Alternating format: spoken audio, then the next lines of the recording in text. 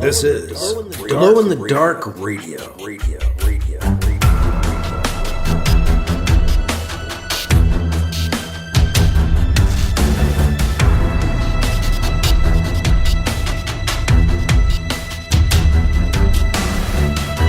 The science fiction podcast, with original independent science fiction, written and performed by Mike Luoma, with music by Kevin MacLeod. The Vatican Assassin Trilogy and The Adventures of Alibi Jones by Mike Luoma are available in ebook, trade paperback, and audiobook wherever you find your books online. Get links and details at glowinthedarkradio.com.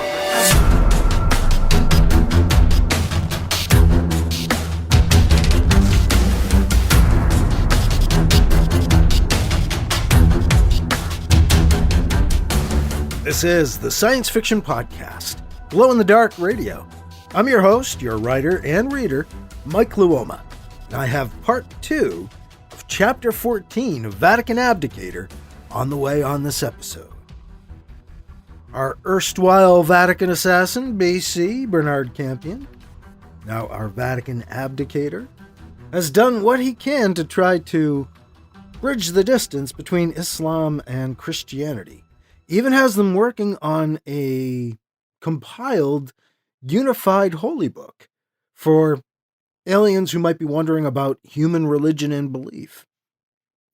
Now, that effort might not work, but it at least has the two sides working together. And considering becoming unified as part of the Solar Alliance, this is a new idea that BC is pushing. And his next call is going to be to the real head of the UTZ, the Universal Trade Zone, Richard Wentworth.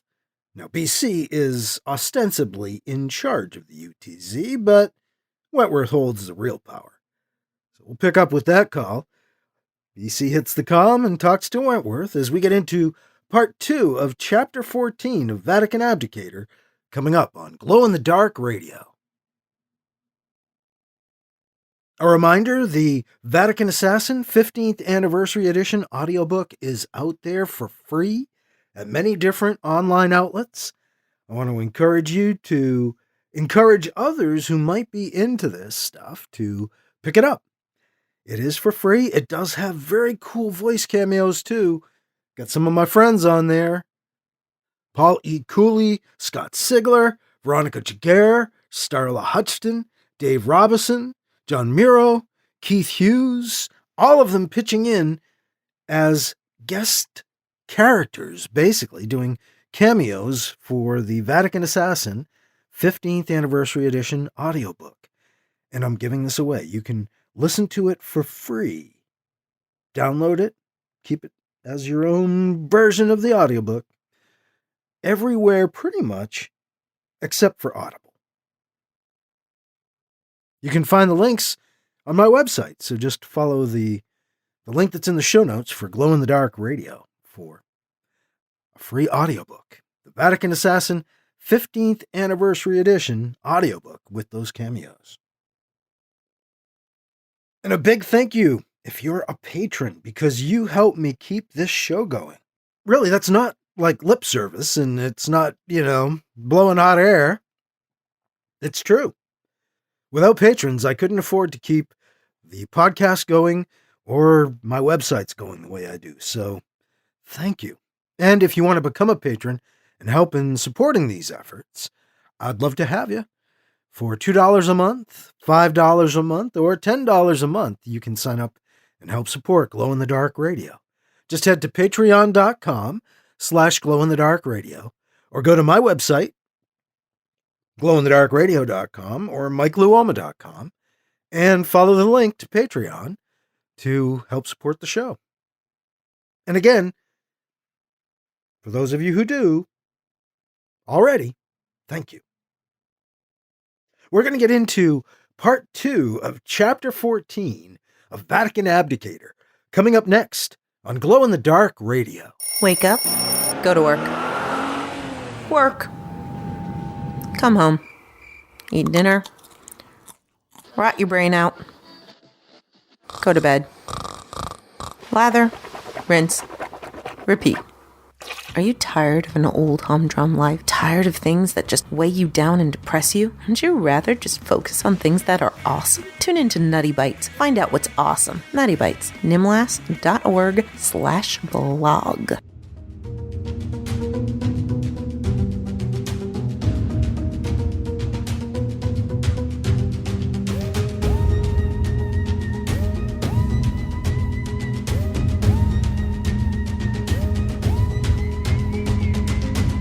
Now here's part 2 of Chapter 14 of Vatican Abdicator on Glow-in-the-Dark Radio.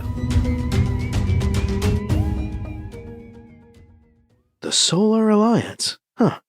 Well, at least the Caliph is on board. The rest of the UTZ Council will need convincing. And Wentworth. Wentworth! That's right, he wanted me to talk to him. BC gets Wentworth on the comm. Campion! I was beginning to wonder if you'd gotten lost in the labyrinthine corridors of the Vatican. Wentworth jokes. Wentworth? BC greets him. Campion, I've been receiving some complaints from independent stations. Do you have people out harassing the ND stations? Harassing? BC asks. No, not harassing. Surveying, asking some questions so they could put a report together for me. I'm working on getting the Indies to join us, he explains. It's tied into changing the name of our currency. I wanted to see where they were at. I didn't want to surprise them. The name of our currency? Those alliance dollars you've mentioned? Would you combine the UIN and UTZ currencies too? Wentworth asks. Yes, I would. A unified currency. Replacing both currencies? And their governments too, perhaps? Not replacing their governments, just asking for their help and support, BC argues. Don't play games with me, Campion. I've been at this way too long. Ultimately, you're right. We need unity, Richard. We need an alliance, don't we? A single entity pooling and controlling our resources, helping us present a unified front against the Eldred and Ptolemy. And that's you? I never figured you for a power-hungry dictator, Campion. I guess I've underestimated you, Wentworth says, scorn dripping from his words. That's not what I mean, and I know you know better, BC admonishes him. Look, Wentworth, right now everything is in pieces, some here, some there, some somewhere else. We need to face them as one. We're stronger together than apart against these enemies. It's just common sense. Come on, Campion. If there was such a thing as common sense, everyone would have it. Touché, Wentworth, BC says, but I do hope I can count on your support for the Solar Alliance. The Solar Alliance? Wentworth says. Solar Alliance, eh? That's the name? Best you could come up with? He rolls the idea around in his head. Sounds like science fiction to me, Campion.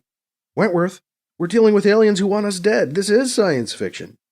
Touché right back at you then, Campion, Wentworth says. Are you going to abolish my UTZ Council? Nah, BC answers. But we do need a better system of representation. The UTZ Council can become more like a cabinet, I guess, to a prime minister who leads a House of Commons, that sort of thing. You're a regular political scientist, aren't you? Wentworth says, his tone dripping sarcasm. Can't we be a House of Lords? He jokes. Not enough of you, BC explains.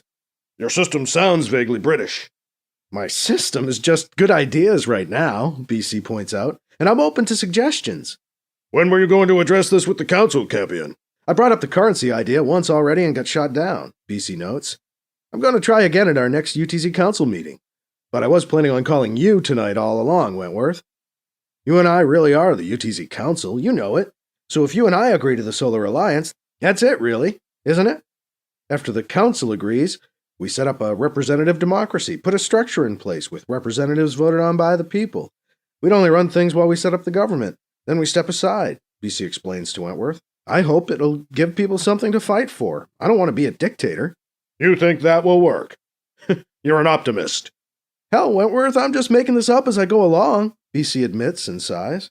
Do you really believe Ptolemy and the Eldred will continue to give you the peace and quiet you need for your experiment in governance? Wentworth challenges him.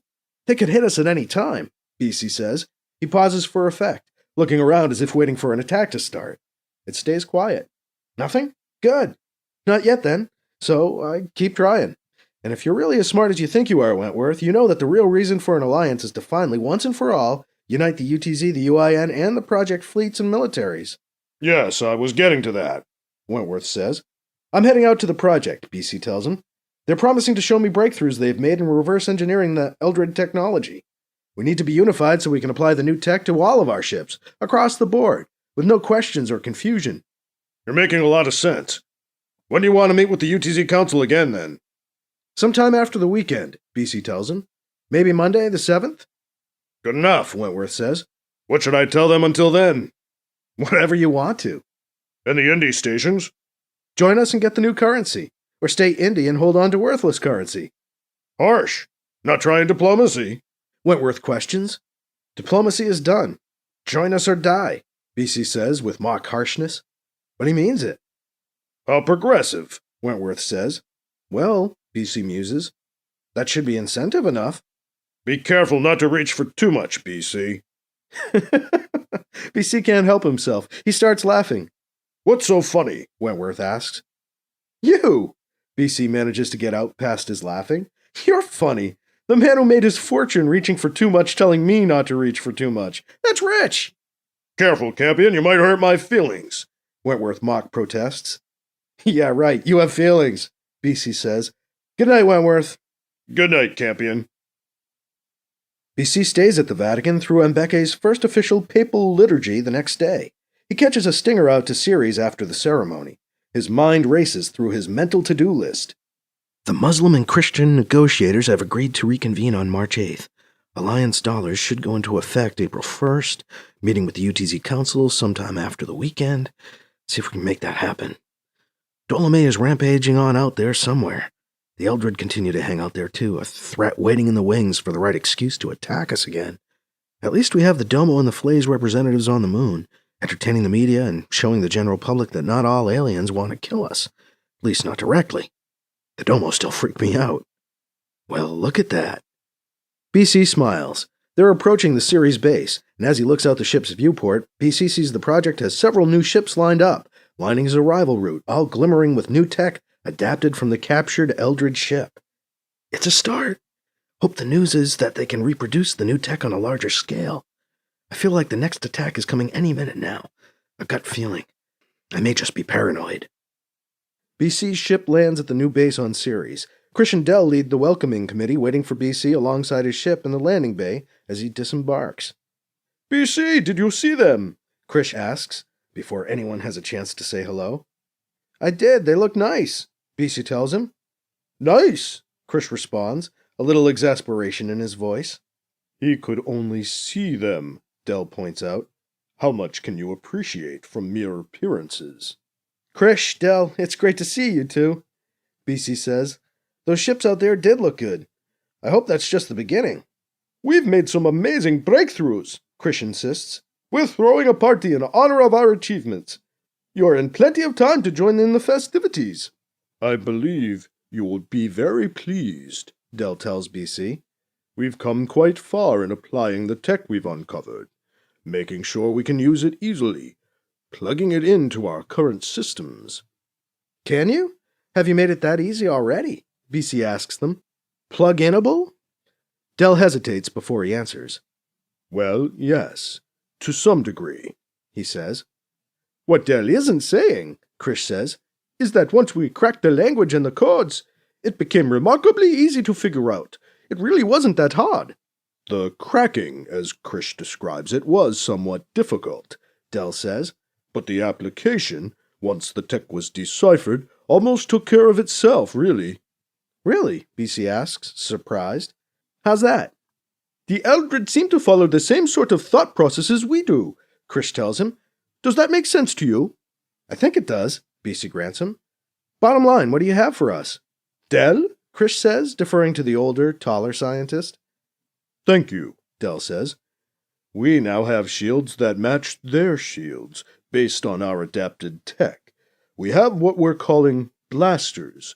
We started with their beam weaponry and converted it to turn the media it passes through into a building kinetic mass, creating a beam weapon that not only melts and burns, but also delivers a kinetic wallop.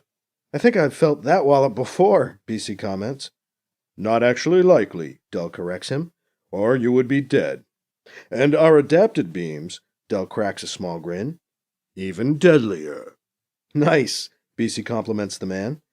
So now we can withstand their attacks and hit them back even harder than they hit us? Pretty much, Krish confirms. Slightly harder. We've also developed new navigational equipment, Dell continues. We have a new array of sensors and survey tools. We are, however, still working on the majority of the data storage. The language barrier is still posing a problem in these areas, and there seems to be additional encryption on the non-technical stored data. It's hard to tell for certain.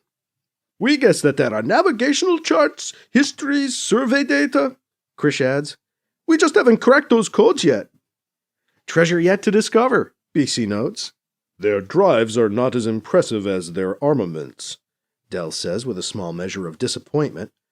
There are even some aspects of their drive systems where we have developed superior technology.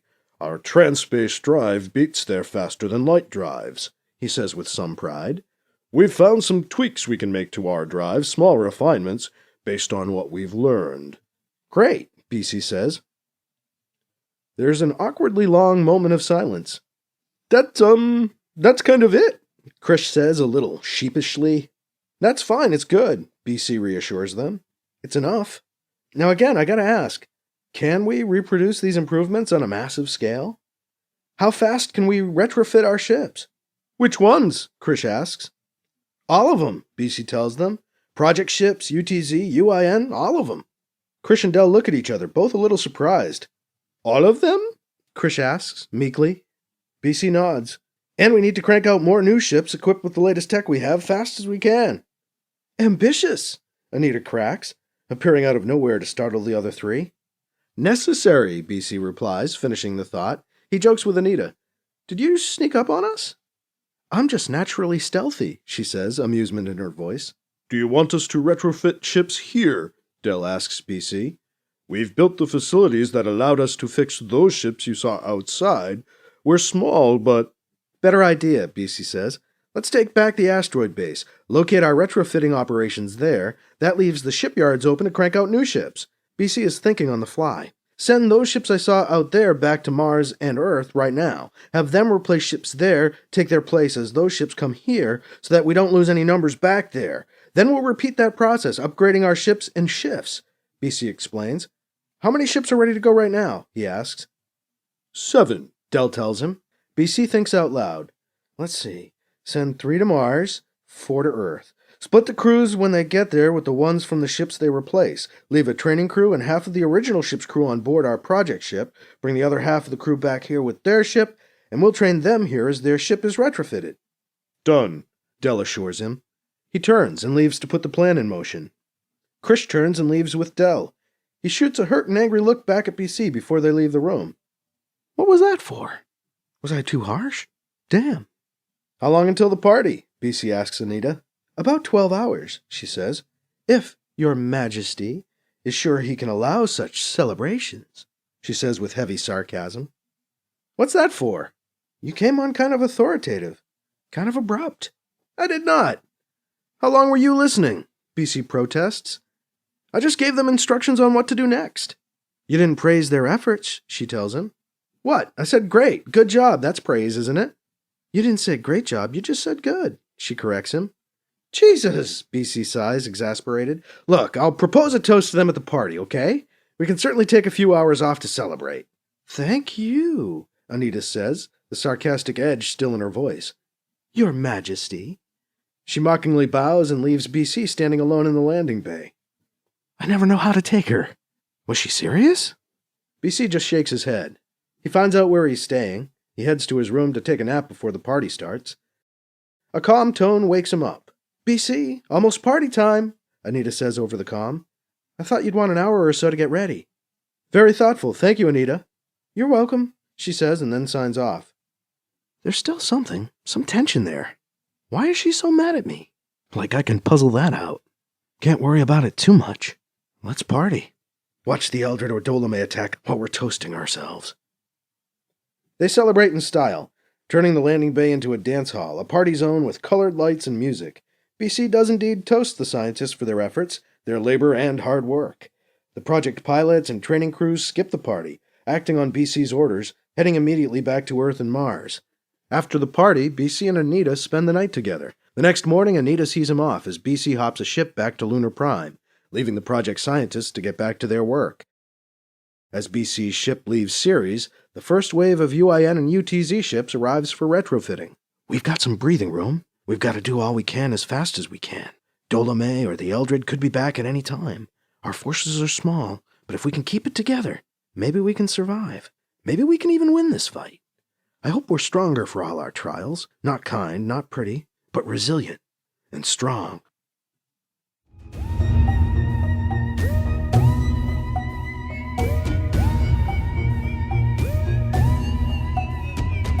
That was Chapter 14, the second part of Chapter 14, Part 2, on Glow-in-the-Dark Radio. BC seems to have even Wentworth's grudging support for his new Alliance dollars, and maybe even for his Solar Alliance. And Krish and Dell have made some serious strides reverse engineering the captured Eldred tech. So there's that. Blasters, shields, and more. And there's even been time for a little bit of celebration. But things have definitely been too quiet. We'll see if we can find out why in Chapter 15 of Vatican Abdicator, which we'll begin to get into on our next episode of Glow-in-the-Dark Radio. A big thank you to patrons again for helping to keep the Glow-in-the-Dark Radio podcast going. If you want to help out too, I would love to have you. You can go to patreon.com/glowinthedarkradio and sign up to do that for $2, $5, or $10 a month and help keep Glow-in-the-Dark Radio glowing. And a big thank you to patrons who already do. And also as a thank you, I have made my Vatican Assassin 15th Anniversary Edition Special Edition audiobook free for a limited time.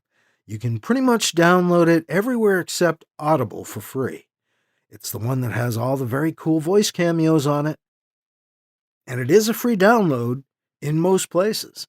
You can find out where and get the links at my website at glowinthedarkradio.com. Just check out the link there in the show notes. And that is all for this week. I am your host, your writer and reader, Mike Luoma. Thank you again for listening to Glow-in-the-Dark Radio.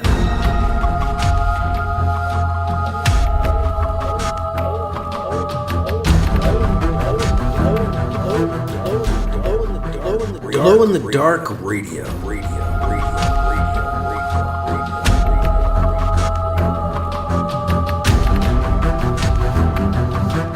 This podcast presentation is copyright 2023 by Michael F. Luoma and is protected under a Creative Commons Attribution, Non-Commercial, No Derivatives 4.0 International License, CC by NC-ND 4.0. Music by Kevin MacLeod. You can find his work at incompetech.com.